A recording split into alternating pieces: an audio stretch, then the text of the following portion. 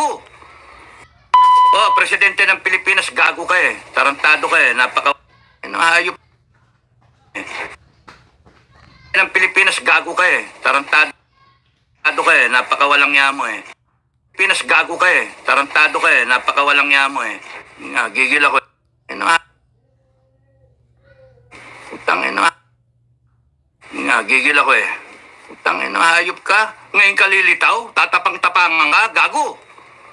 Tangina mo. Oh, presidente ng Pilipinas, gago ka eh. Tarantado ka eh. Napakawalang yamo eh. Gigil ako eh. Tangina, hayop ka. Ngayon ka lilitaw, tatapang-tapang nga, gago. Tangina mo. Oh, no! Ipapakita mo pa, presidential ka. Mali ka ng sinabi. Mali. Ang dapat sinabi mo, kung may threat sa'yo, Inday, huwag ka mag-alala. Babantayan ka namin. I am ordering the armed forces. As your commander-in-chief ng PNP, I'm ordering you to make sure that nothing happens to the Vice President. Tapos, ikaw babanata mo, kakasuhan mo, gago. Tanga. Presidenteng ewan, tanga ka talaga. Tungang. Tangina ninyo, tapos pipilit nyo, Inday is a threat to national security. No, Inday is a threat to your political ambition. Mga gago. Tangina nyo, gagaguhin yung taong bayan. Inday Sara Duterte is a threat to your political ambition, is a threat to your activities of corruption. Tangina nyo. And we will polarize. Para kay Inday, maggago kayo. Wag na wag nyong sasaktan yan. Wag na wag nyong sasaktan yan. Kasi papatayin namin kayo lahat. Uubusin namin kayo. Yan ang threat sa presidente. And if we have to draw the line, we will draw the line. Magpatayan tayo kung gusto ninyo. But you have the power to stop this, armed forces. Huwag nyo nang hintayin ang taong bayan ang lulusob dyan sa Malacanang. Huwag nyo nang hintayin ang taong bayan ang magpapadrag test. Magkakalasog-lasog yung presidente na yan. Punta na threat to the national security, threat to the life of the president. Tarantado!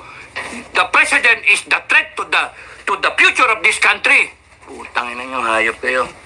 Ginagago nyo Pilipino. Nasaan na yung pera?